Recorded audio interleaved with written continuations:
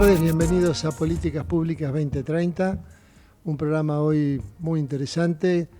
Hoy está el doctor Miguel Ángel Secchi conduciendo junto al doctor Jorge Neira y tenemos a el doctor Eduardo López, infectólogo médico. Ya te estoy viendo todos, así que Miguel, ¿cómo te va? Buenas tardes a todos.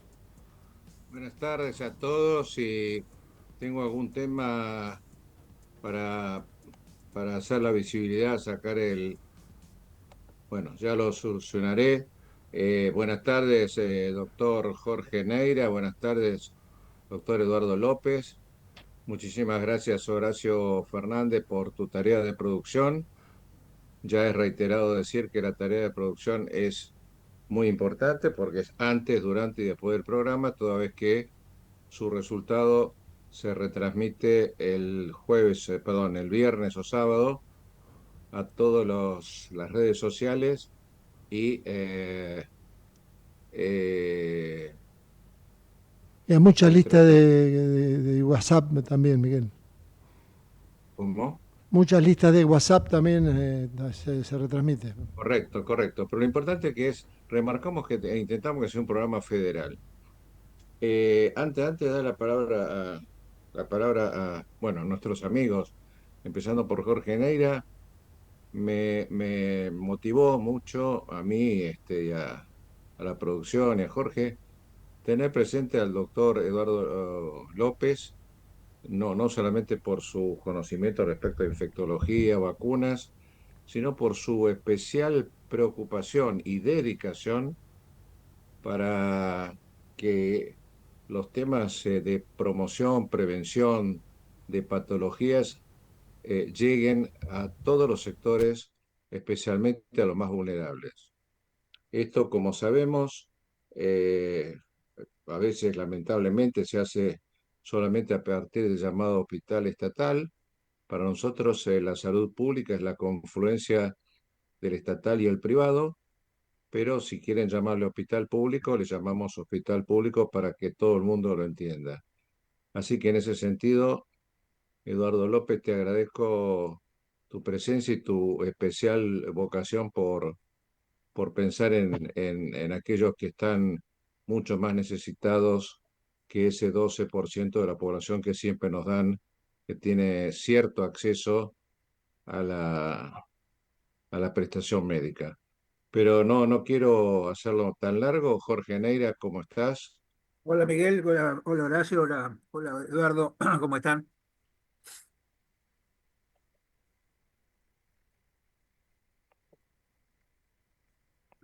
Bueno, no sé qué le pasó a Miguel. Hola Eduardo, ¿cómo estás? Yo Hoy bien, ¿vos me un poco escuchás el tema. ahora? Sí, ahora te escucho. Perdón. Adelante, adelante, Jorge.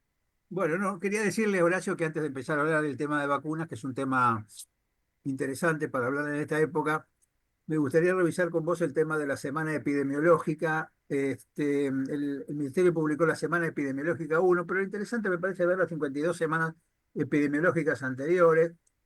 Por ejemplo, en la semana 1, digamos, hay muy poca circulación de dengue, hay 1.288 casos sospechosos, de los cuales 14 se confirmaron y 41 se clasificaron como probables y están en investigación.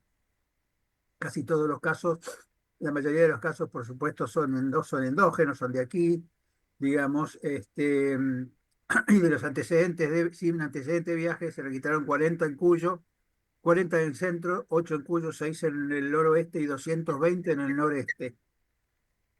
La otra cosa interesante, bueno, hay algunos casos con respecto a la referencia de la semana 1 a la 52, que hubo 107 casos de monkeypox, de la viruela símica, como se le dice, y después me gustaría que charláramos un ratito.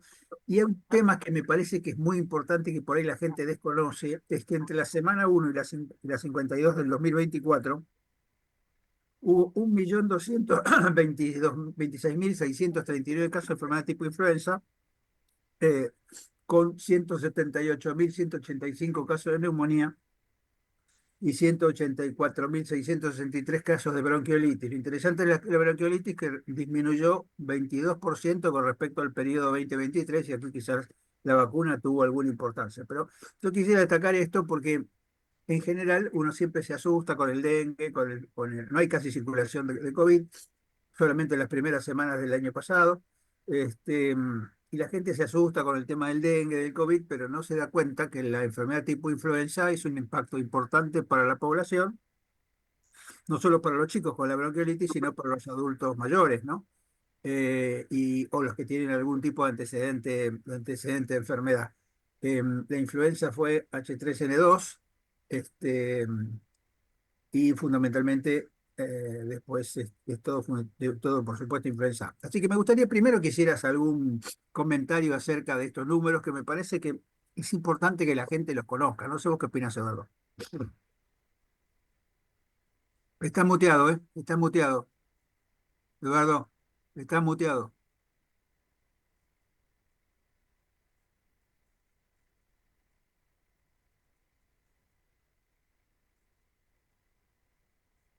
Seguís muteado.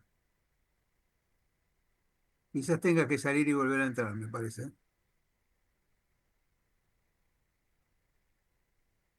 O desconectar eso también puede ser. Bien, 2 minutos, ¿eh? Ahí estás, ahí estás, Ahí estoy. ahí estás, perfecto. Perfecto.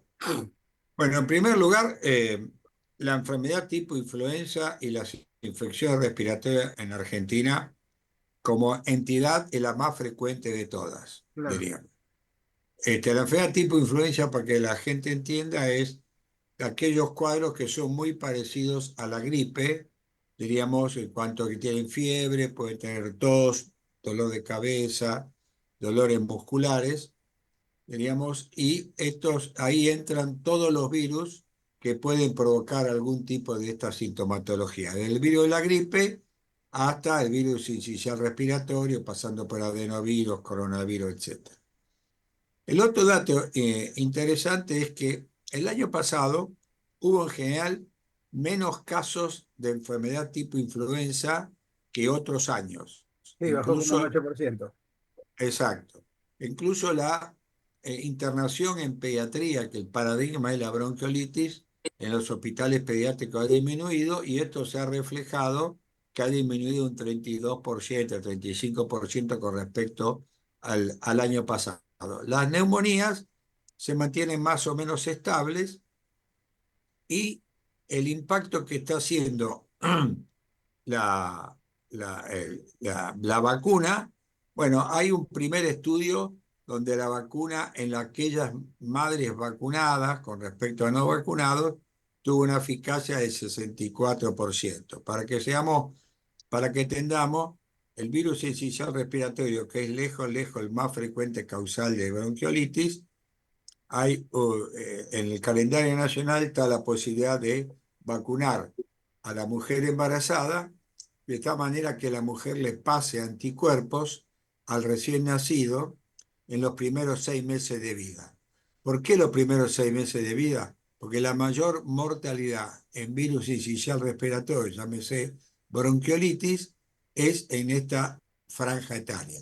Y por otro lado, los cuadros más severos se dan a esta edad. El mayor, eh, el mayor límite, limitación que tiene esta estrategia es que solamente la mujer se puede vacunar en un mes, en 4 semanas, entre las 32 y las 36 semanas.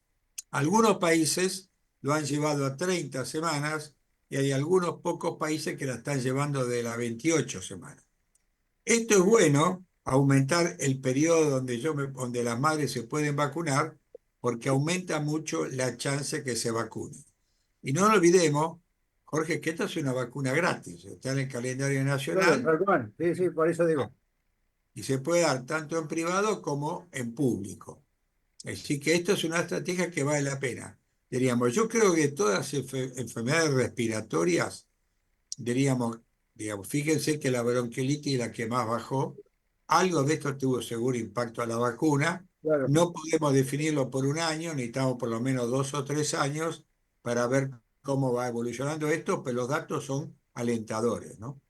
Bueno, a eso iba mi pregunta, porque en realidad, viste, la gente por ahí minimiza el tema de la vacunación antigripal y de la vacunación para la neumonía, la prevención para el neumococo.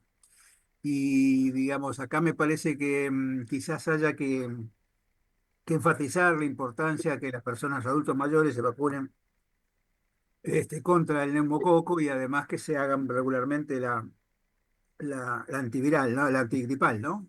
Sí. Creo que vale la pena.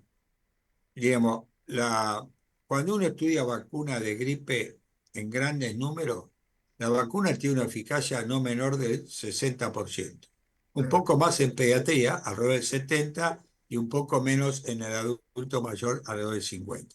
Pero es clave la eficacia frente a la hospitalización, o claro. sea, frente a la gripe grave, que está por encima del 70%.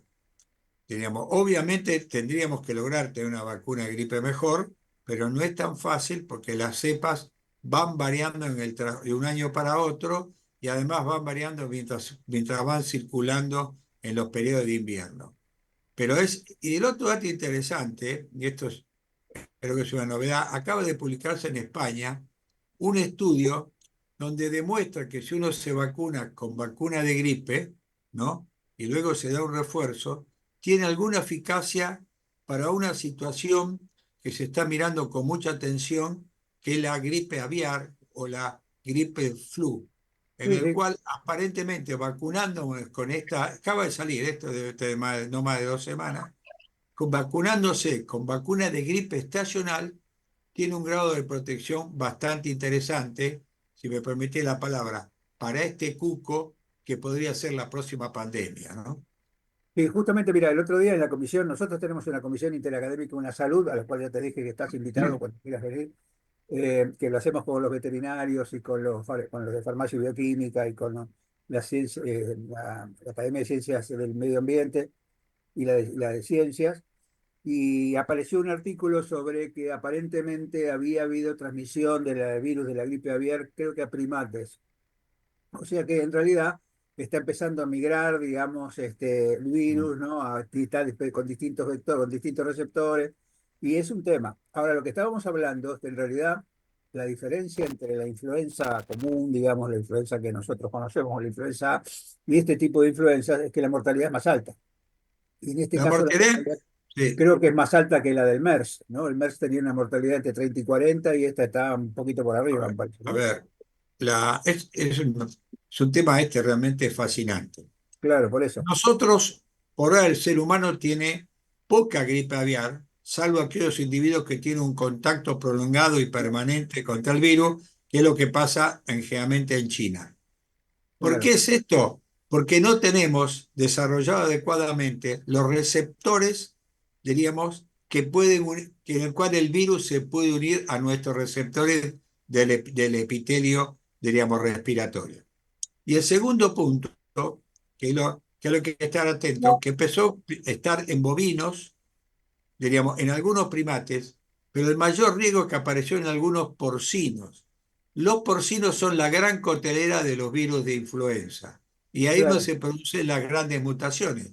El caso de la gripe pandemia que tuvimos algunos años atrás, en el 2009, estuvo vinculado a que a una granja de porcinos, el virus logró mutar y adaptarse al ser humano.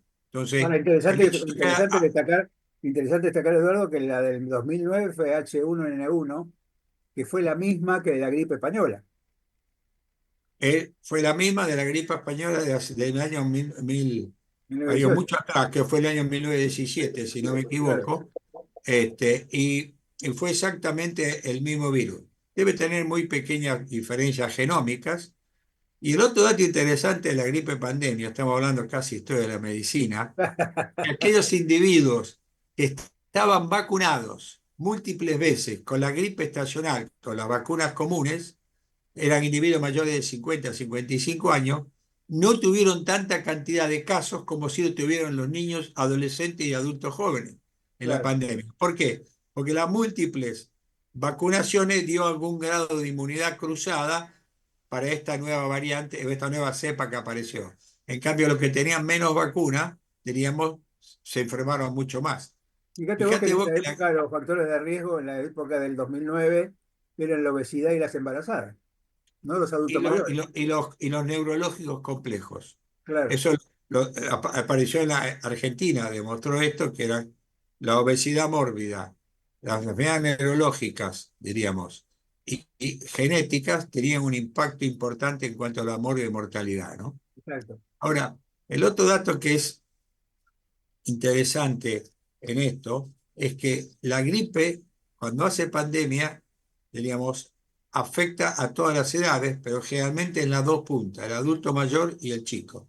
En cambio, el COVID, fíjense ustedes, el mayor impacto se dio directamente en adultos mayores y mucho menos en chicos. Casi chicos debajo de 4 años o 2 años casi no hubo casos, ¿no?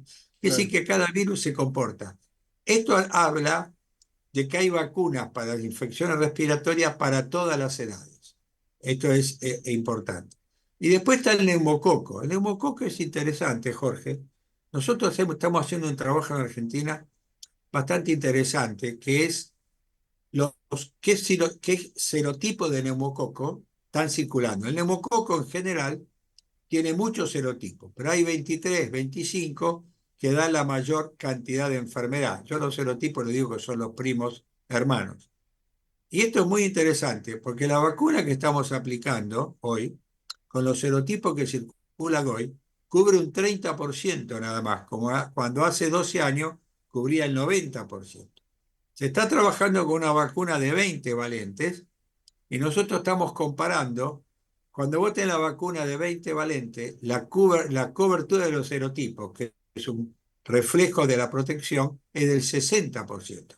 Quiere decir que en algún momento vamos a tener que hacer un cambio de pasar de una vacuna a la otra. No hay mucha discusión en ese Bueno, yo te sentido, iba a ¿no? decir que una de las cosas que siempre se dijo es que si vos tenías las dos vacunas previas, ¿no? La vacunación completa previa con las dos dosis, no había que hacerse una nueva vacuna, que incluso podría llegar a ser peligroso con la nueva vacuna que había salido. Bueno, eso es otro tema interesante. Esto prácticamente se aplica a adultos mayores, ¿no? Claro, sí. Ya el Ministerio de Salud en el calendario nacional para los adultos mayores, individuos con factores de riesgo a partir de 5 años, se está aplicando la 20 valente, o sea, la que cubre mayor cantidad de serotipos, con lo cual uno considera que tiene que disminuir los casos de enfermedad de neumococo. Para que la gente entienda, el neumococo es el agente lejos, lejos más frecuente de productor de neumonía. Pero es el primero o el segundo agente productor también de meningitis. Con lo Claro. cual, diríamos, no solo uno se protege para la neumonía, también se protege para meningitis y otras enfermedades que por ahí no están en la comunidad al día, porque si neumococo la asocia a neumonía. Es el primero o segundo caso, según los años, de meningitis, ¿no? Sí, y otra cosa interesante que vos decís es que, y esto por ahí tiene vínculo con lo que le pasa al Papa en este momento, ¿no? La posibilidad que el hemococo también puede producir bronconeumonía, no solamente neumonía, porque la neumonía, digamos, es una infección localizada, generalmente lobar, la clásica, ¿no? El dolor tipo punta de costado, la consolidación en la placa, a veces acompañada del herpes labial, y eso te da el diagnóstico de neumonía, y cuando tiene eso casi le pones el moño de neumonía neumocóxica. Pero hay formas de neumonía neumocóxica que tienen que ver, que tienen una forma de presentación bronconeumónica muchísimo más grave, que además pueden ser bacteriémicas, es decir, que es raro que la neumonía produzca bacteriemia, pero en estos casos produce bacteriemia y que tiene un pronóstico completamente diferente. Digo, no es que la neumonía neumocóxica es una neumonía en el sentido estricto de la palabra, sino que es un complejo que A ver, engloba la el, neumonía, la el, bronconeumonía, ¿no? Y como vos decís, la meningitis.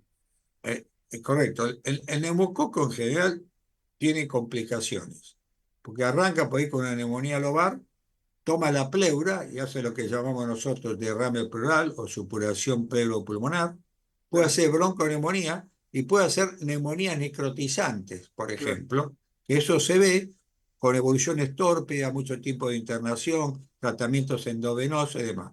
¿Cuál es la moraleja de esto para la gente? Muchachos, vacunémonos contra el Claro, ese es neumococo. el tema. Eso iba el tema, ¿no? Encararlo, y por eso a mí me parece que te iba a preguntar que hicieras un plan de vacunación desde el recién nacido hasta el adulto con respecto a las infecciones. ¿Qué debería tener un chico, digamos, en su calendario?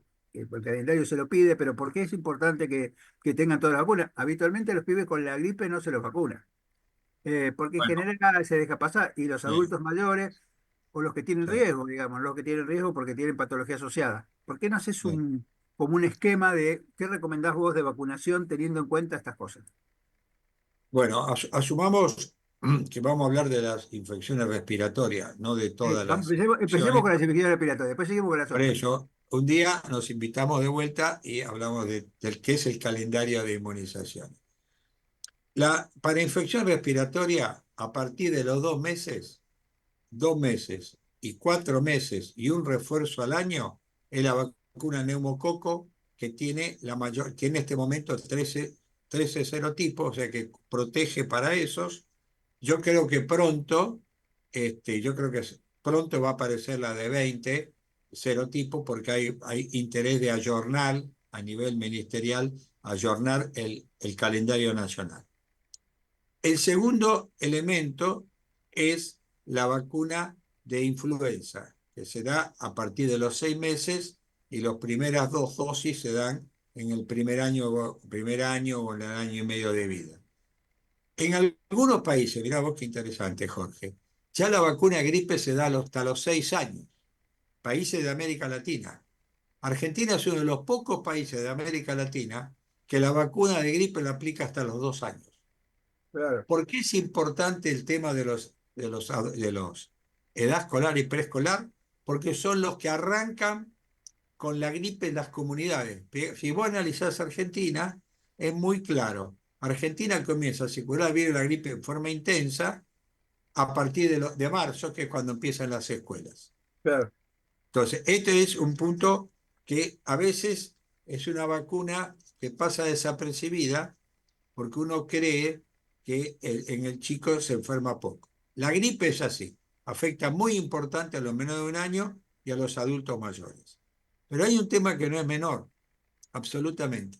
El chico adolescente generalmente lo cursa con una enfermedad tipo influenza, un poco de fiebre, catarro, moco, pero trae el virus a la casa, donde ahí Claro.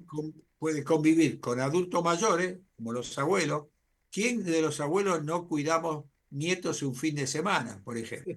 Y esto es un ejemplo típico, por eso yo digo que en la gripe hay un círculo virtuoso, lamentable, que es arranca con la edad preescolar y escolar, pasa a la casa, lo afecta a los padres, pero puede afectar en mucho más demasía a los que tienen factores de riesgo o los adultos mayores, como son los abuelos, ¿no? Exactamente. Y después, el resto de la población, ¿cuál debería ser el calendario para el resto de la población con respecto al neumococo y con respecto al virus de Bárbaro. influenza? Bueno, para los adultos mayores, perdón, los individuos mayores de 5 años con factores de riesgo, enfermedad pulmonar crónica, enfermedad respiratoria, inmunodeficiencia, etcétera, ya se pide que se den una dosis de Prevenar 20. Eso es bueno. En los adultos, el esquema que se ha utilizado es, primero, una vacuna conjugada, llámase 13 o 20, y luego de 6 meses a 1 año, la vacuna clásica, diríamos que es de 23 valentes, tiene menos eficacia, pero ayuda a aumentar los títulos de anticuerpos de la vacuna de 3. Cuando entre la vacuna de 20, que yo creo que va a ser, si no es este año, va a ser el año que viene, porque insisto, se está trabajando muy fuerte para ayornar y actualizar el calendario nacional de inmunizaciones. Yo creo que la de 20 va a entrar y esto nos va a mejorar de 30 por lo menos a un 60%. Y vos decís que Esto la gente es que ya el que tiene adulto. Y el adulto tiene que vacunarse todos los años para gripe. Sin ¿y ninguna cuáles duda, a serían los partir de meses? ¿Cuáles serían los meses recomendables? Porque a veces la gente se olvida y se acuerda en junio. febrero, marzo. Febrero, marzo son los ideales. Pero si un adulto mayor llegó a mayo, junio y no se vacunó, sí se vacuna. ¿Por qué? Porque en 10 días la vacuna de gripe en los adultos ya empieza a tener títulos protectores.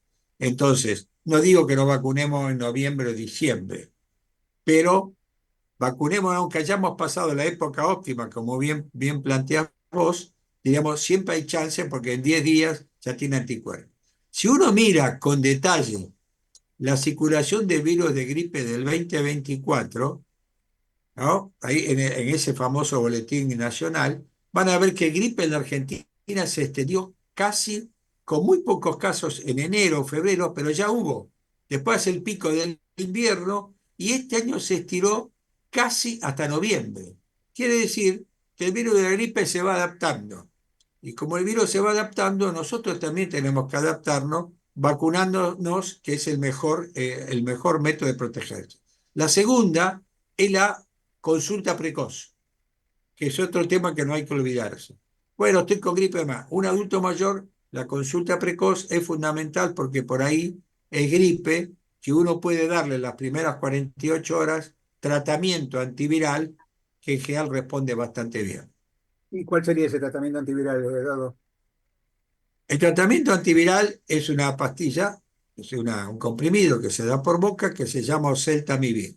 Si uno lo da dentro de las primeras 48 horas, disminuye todos los síntomas y algunos autores plantean que se evitan las complicaciones. Nosotros hicimos un estudio, Jorge, que está publicado en Estados Unidos, cuando fue la pandemia, Claro, me acuerdo. dándole a los chicos precozmente, diríamos, versus a los chicos que no le damos. Y los síntomas, dolor de cabeza, fiebre alta, dolor de garganta, etcétera, disminuyó más rápidamente lo que le dimos los Celtamivir a que no lo dimos.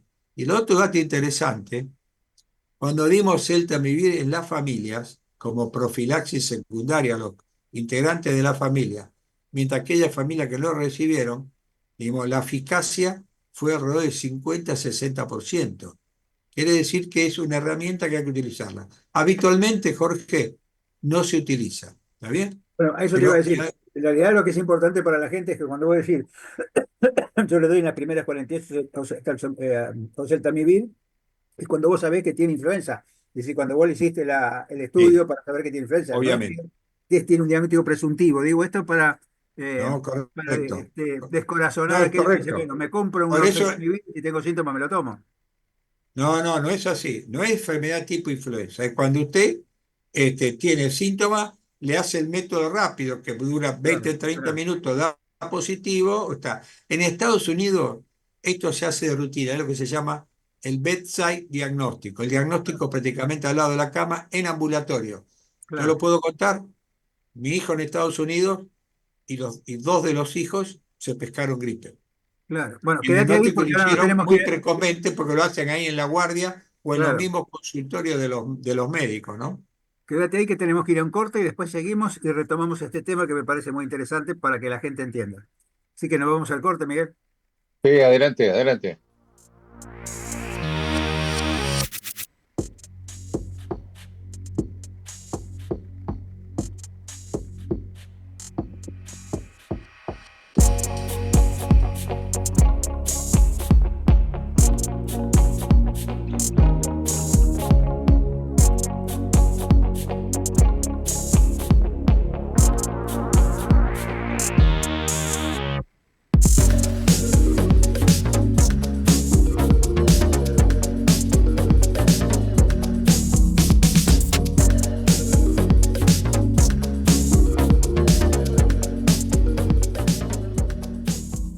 Ecomedios.com AM1220. Estamos con vos. Estamos en vos. Informate en ecomedios.com. Seguinos en TikTok, @ecomedios1220.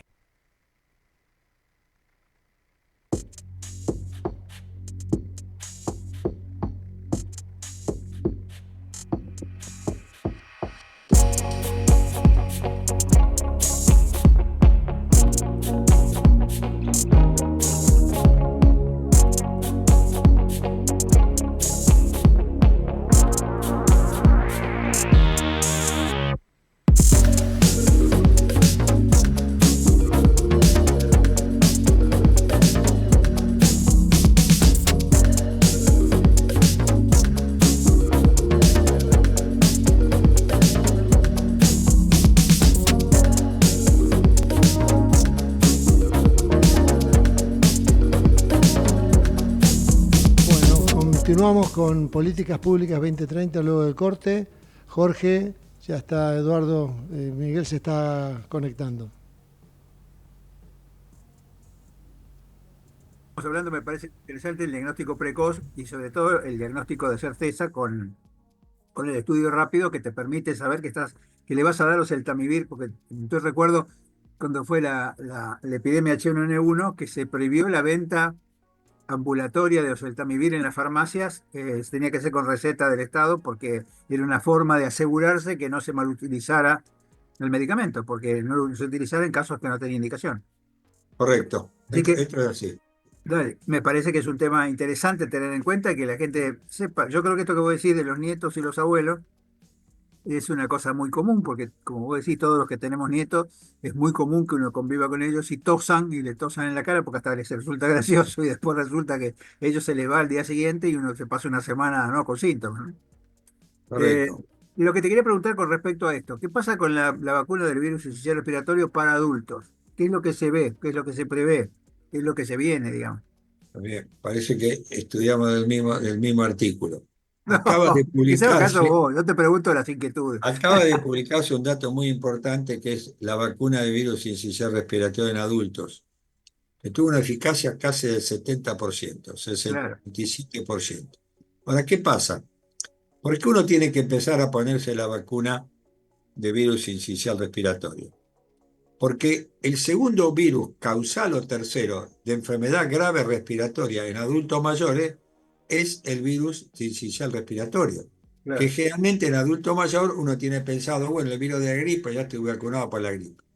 Cuando se empezó a estudiar el adulto mayor, viendo qué virus le causaba enfermedad, se vio que el virus sincicial respiratorio, que se creía que era patrimonio de los chicos, especialmente de los menores de 2 años, también tenía un impacto en el adulto mayor.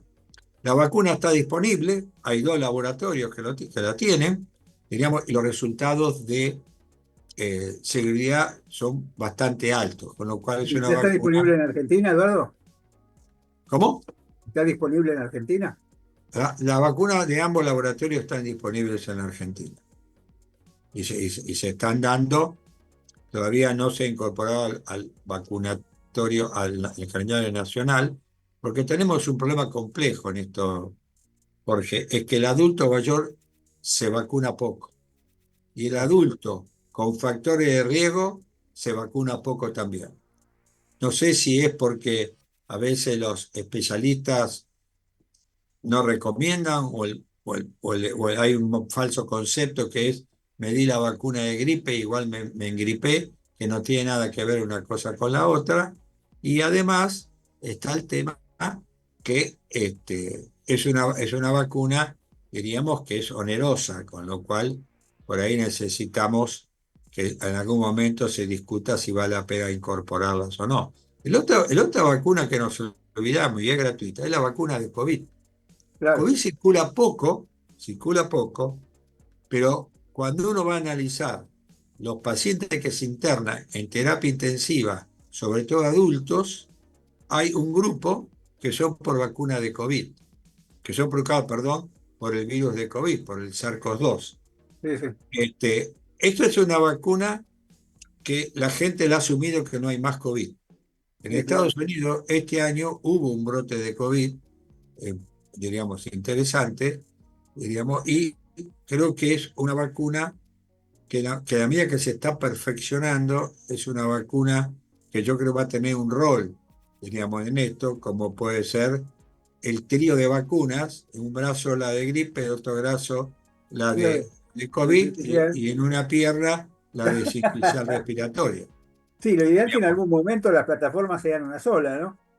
sí, sí, sí, correcto. Lo que pasa es que todavía no se logró colocar bien con la metodología de mRNA, COVID y gripe juntas. Este es el Claro, tema. sí, sí, sí. O digamos también COVID, gripe con sincicial, ¿no?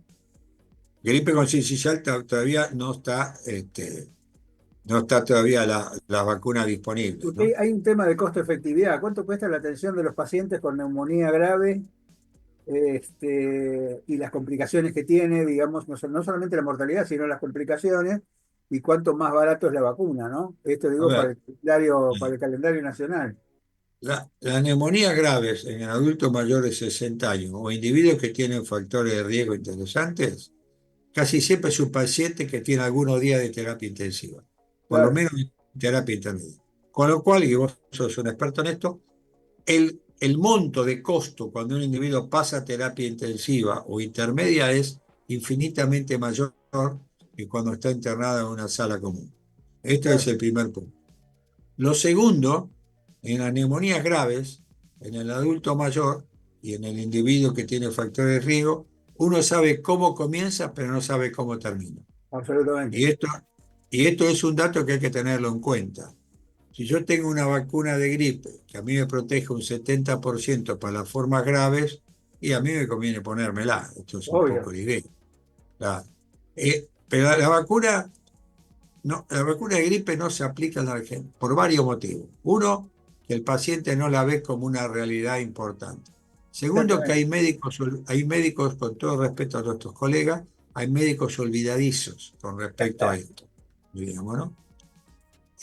Y en tercer lugar, diríamos, es que hay grupos que se deberían vacunar inexorablemente, como la mujer embarazada, la enfermedad pulmonar crónica, la diabetes, la enfermedad renal crónica, la enfermedad cardíaca, que vos sabés que no se aplica. Uno mira los números, sobre todo en los individuos con factores de riesgo y adulto mayor, las cifras son muy pobres en función de la cantidad de individuos que tenemos. A eso voy, claro.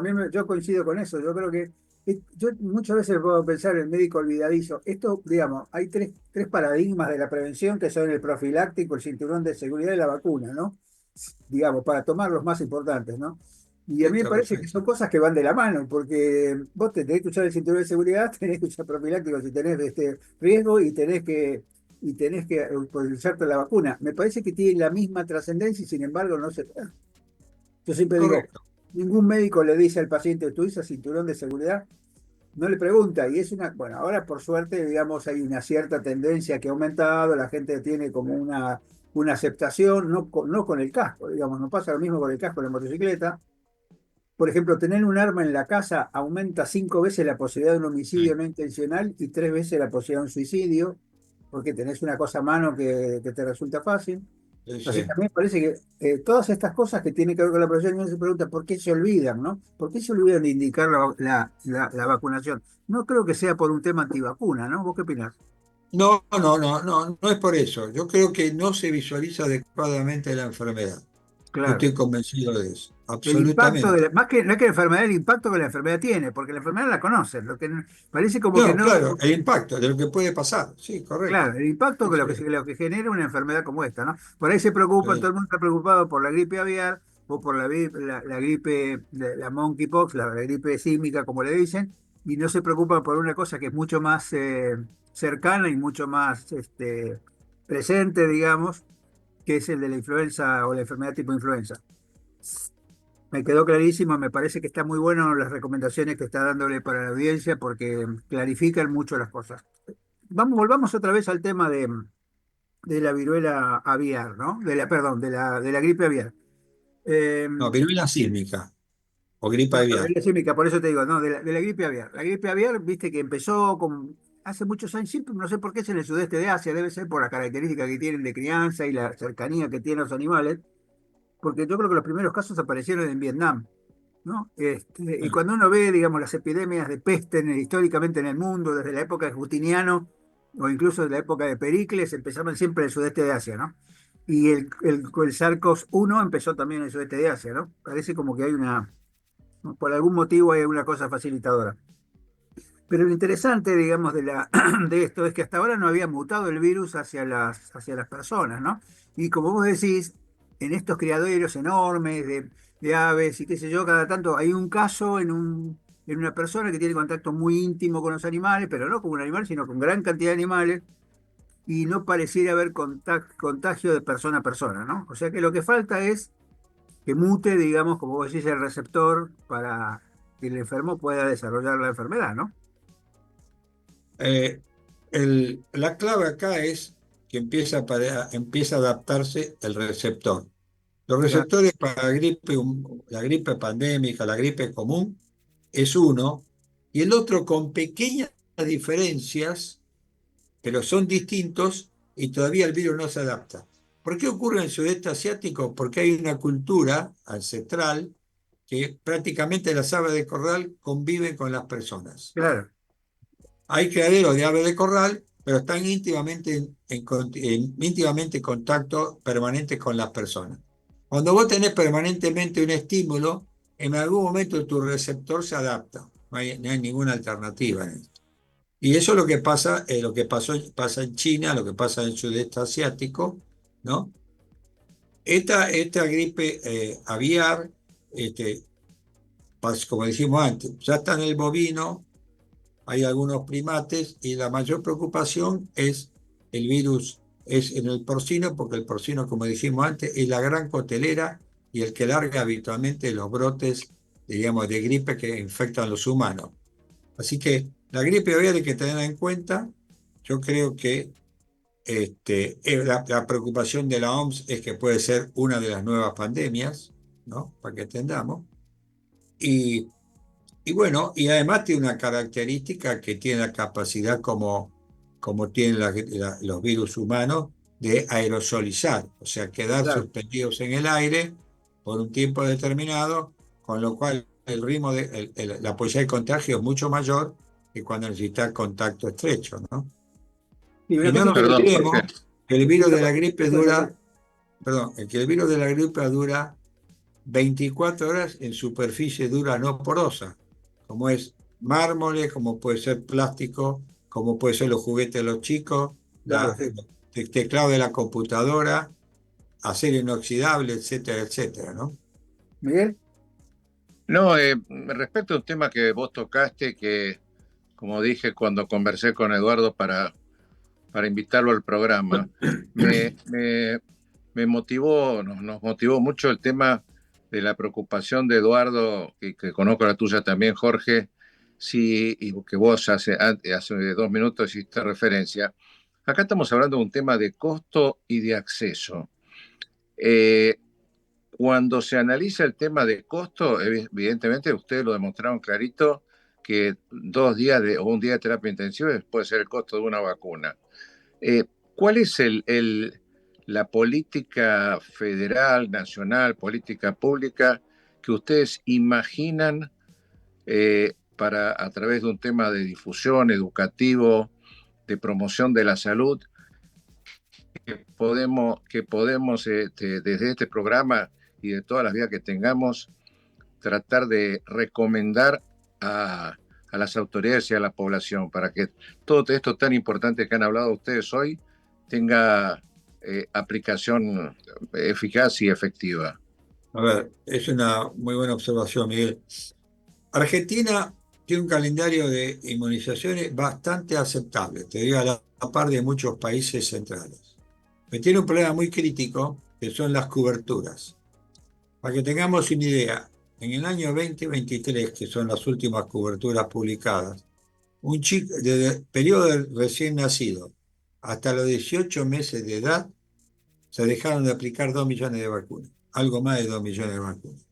Es una enormidad, que dice que algún chico no está vacunado o algún chico está incompleto, o muchos chicos están incompletamente vacunados. Ahora, ¿por qué son las coberturas?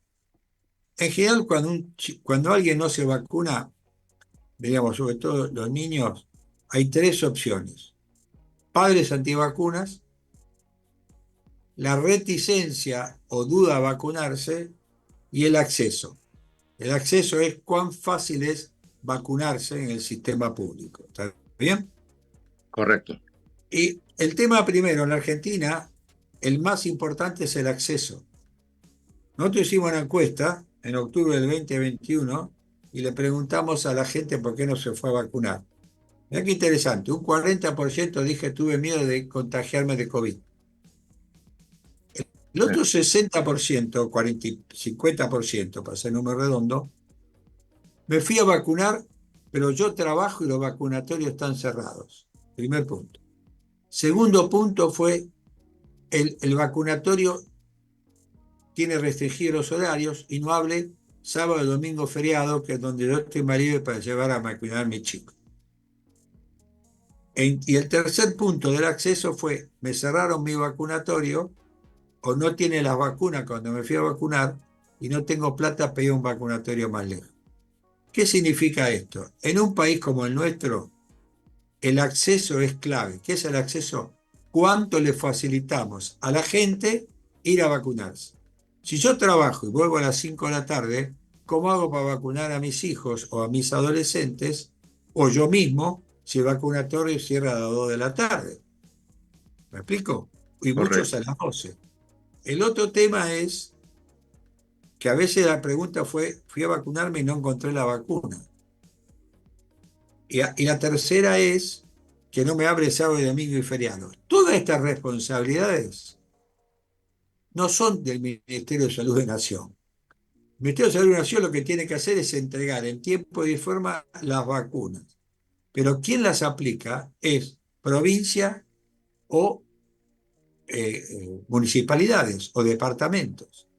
¿Me Correcto. explico? Entonces creo que hay que cambiar el paradigma de que la vacuna sea pasiva. Si el paciente va, a ver, si el individuo va, si el chico va, si el adolescente va, lo vacuno. Y si no viene, bueno, no viene. Creo que uno tiene que ir a buscarlos. Por Claro. ejemplo, hay vacunas que tienen un rol crucial, la escuela, por ejemplo. La vacuna de los adolescentes, cuando vos vacunás en la escuela, tiene una cobertura mucho mayor que cuando se van a vacunar a los vacunatorios, aún en los vacunatorios privados, porque el adolescente para vacunarlo requiere que vos le explique bien, que entienda qué significa esto. Mira, yo cuando fui secretario de Salud del Partido General Piamonte de la provincia de Buenos Aires, teníamos unas coberturas para la vacuna de VPH, la vacuna del papiloma, que evita cáncer, que ese es un tema Sí. no menor, que evita cáncer, de alrededor del 40%. Entonces decidimos vacunar, hacer una campaña de vacunación en las escuelas. Le mandábamos un papel a los padres donde le decíamos que queríamos vacunar, si estaba de acuerdo, que nos contestara, o si no, que incluso viniera a ver cómo vacunábamos. Y vacunábamos entre la salida del turno mañana y la salida del turno tarde. La vacunación creció al 92% de cobertura. Puede decir, bueno, es un municipio chico. Sí, es verdad, es un partido chico, pero tiene distancia de 20 kilómetros para llegar a un vacunatorio de los pequeños pueblos. Claro. Y son muchas veces caminos por tierra. Se hizo y llegamos al 92%. Esto es un buen modelo. ¿Qué hizo Australia con la vacuna? Fue a vacunar a las escuelas. Mirá qué interesante. Utilizando los líderes o influencers, jugadores de rugby, por ejemplo, actrices, jugadores de tenis, y empezaron por las mujeres en las escuelas. Mirá qué pasó. Los varones que no estaban vacunados empezaron a exigir la vacuna. ¿Por qué no a mí? Tal es así que al otro año incorporaron la vacuna a varones y mujeres. Hoy prácticamente Australia no tiene cáncer de cuello uterino. Lo No, mismo pasa con los sí, países yo creo que nórdicos. según los datos que yo tengo, habría que ver si cambiaron, pero hay más o menos 1.200, más de 1.200 municipios y comunas en todo el país, ¿no? O sea que en realidad tanto el municipio como la comuna, que es un municipio más chico, son las unidades que vos podés tomar modelo como para hacer todos estos programas. Y si vos Exacto, reprodujeras el programa de un municipio en los 1.200, en los más de 1.200 municipios o comunas, vos tendrías el problema resuelto con la misma metodología. O sea que en realidad lo que hay que hacer es una metodología que sea acorde, digamos, a la necesidad, y después la implementación pues debería ser en espejo. Es decir, ni sí, siquiera, ni siquiera es un problema, además, teniendo en cuenta que el Estado provee las vacunas. O sea que exacto. a mí me parece que acá es que hay que fomentar, digamos, yo siempre hablo de los círculos virtuosos, ¿no? Esto que vos comentás de lo que hiciste en Viamonte es un círculo virtuoso exportable. Exportable significa que Totalmente. vos podés usar ese mismo programa para cualquier otro municipio. Es la misma Absolutamente. función.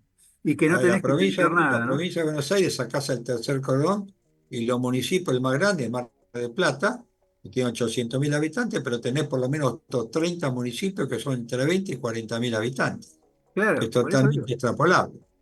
Digo, a mí me parece que en esto falta algún grado de audacia, digo, no voy a decir compromiso, para generar cosas distintas para poder vacunar a la población. Chile empezó a hacer un programa muy firme en todo esto y y hoy Chile tiene una cobertura prácticamente arriba del 80-85%. No, eso Y lo demostró en nosotros la tenemos pandemia, ¿no? coberturas, sí, Digo que no, eso, sí, eso, sí, eso lo demostró en la pandemia, que rápidamente tuvieron una tasa de vacunación sí, creciente. exacto.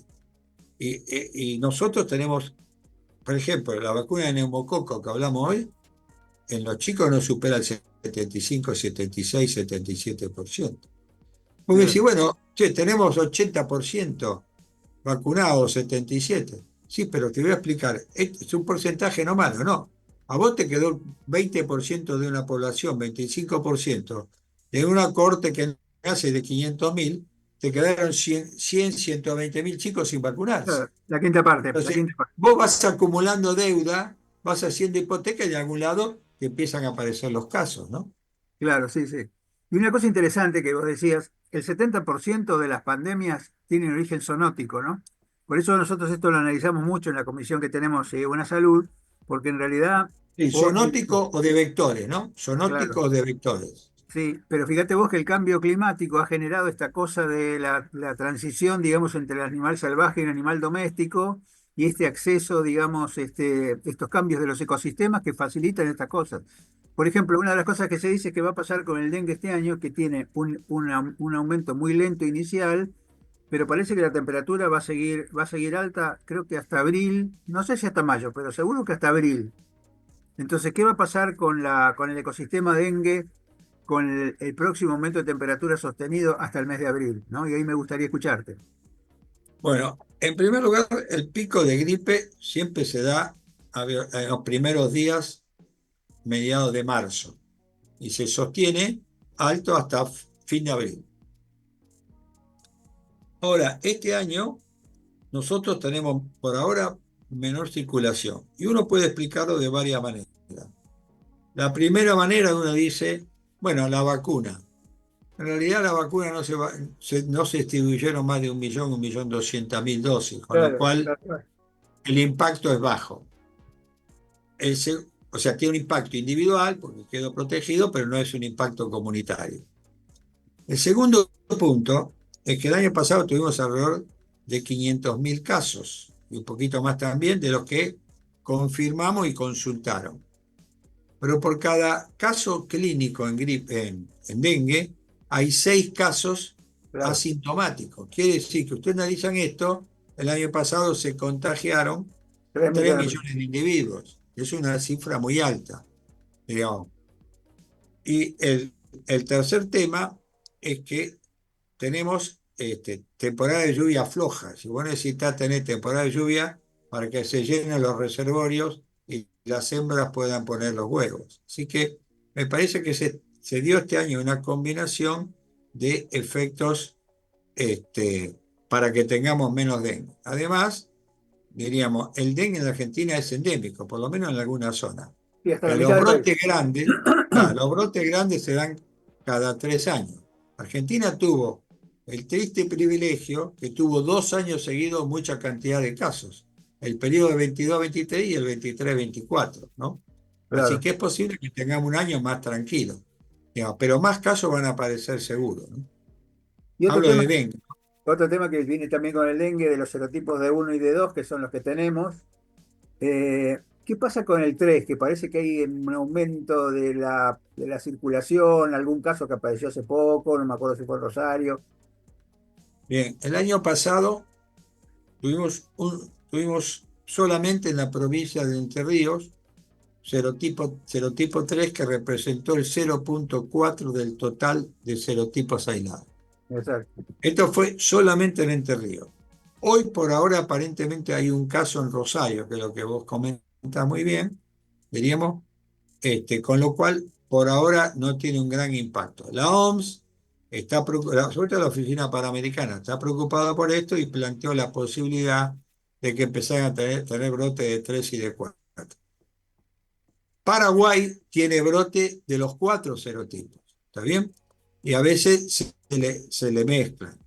Con lo cual habrá que estar atento y la vigilancia epidemiológica es fundamental, pero también es clave que nosotros, serotipo 3 por hoy, tenemos bajísimo. Desde el punto de vista epidemiológico, no se debe tener en cuenta, porque tener 2 casos sobre 500.000 No, tal cual. es realmente Sí, el tema es el siguiente, los que están vacunados para el 1 y el 2, no para el 3 ni para el 4. Yo me acuerdo porque el año pasado tuve que ir a Costa Rica, y en Costa Rica el predominio es 3 y 4. Digo, si yo me hubiera vacunado en Argentina, no me hubiera salido tampoco. A ver, sí, esto aparentemente para uno de ellos no sirve.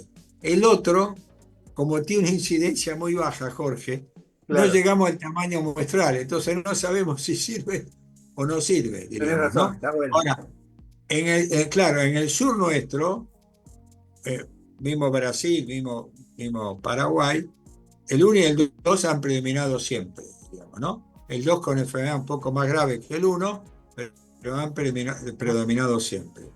Es posible que necesitemos por ahí mejores vacunas, diríamos, para dengue. La investigación médica no para. El Instituto Butantan desarrolló una vacuna para dengue y junto con Merck Sardón, ¿no? Pero hoy por hoy la única vacuna que hay es la de Takeda y es la vacuna que, si bien es una vacuna electiva, uno tiene que tener chance de aprovecharla o no y vacunarse sí o no, consultando siempre con su médico, ¿no? Exactamente. Bueno, me parece que está completo todo lo que comentaste, queda para hablar un montón, nos queda un programa para hablar del calendario, así que te agradezco muchísimo, como siempre, tu excelente participación, y le paso a Miguel el cierre. Bueno, muchísimas gracias, Jorge Neira, y muy, muy especial al doctor López. Para mí, agotada las inquietudes que pueden llegar a la población y el desafío que plantea en cuanto a que, si bien el Ministerio provee las vacunas, habría que establecer un sistema de gestión para reproducir lo que el doctor hizo en General Viamonte, creo que fue el municipio que mencionó, y me parece que es una forma de acceso concreto, medible, y que dejaría de preocupar tanto a los efectores que manejan los dineros el tema del costo. O sea, estamos promocionando y preveniendo patologías que evidentemente en su tratamiento son mucho más costosos. Sí. Te comento, Comino, lo de Viamonte, para que la gente entienda, son los toldos. Porque la gente lo conoce mucho más como los toldos que Viamonte. Cerca de Chacabuco, ¿no? Exactamente. Entre Bragado, Junín y 9 de julio. Bueno, Eduardo y Jorge, muchísimas, pero muchísimas gracias. Es un orgullo para el Grupo Medeos y para el foro tenerlos a ustedes con esto, y va a llegar a todo el país en 48 horas. El orgullo de tenerlo, Eduardo. Así que muchas gracias. Muchas gracias. Muchas gracias por la invitación. Hasta luego. Un abrazo grande para los dos. Chau, chau. Buena semana para todos. Igualmente, y buen fin de semana, que ya se llega. Así es. Igualmente.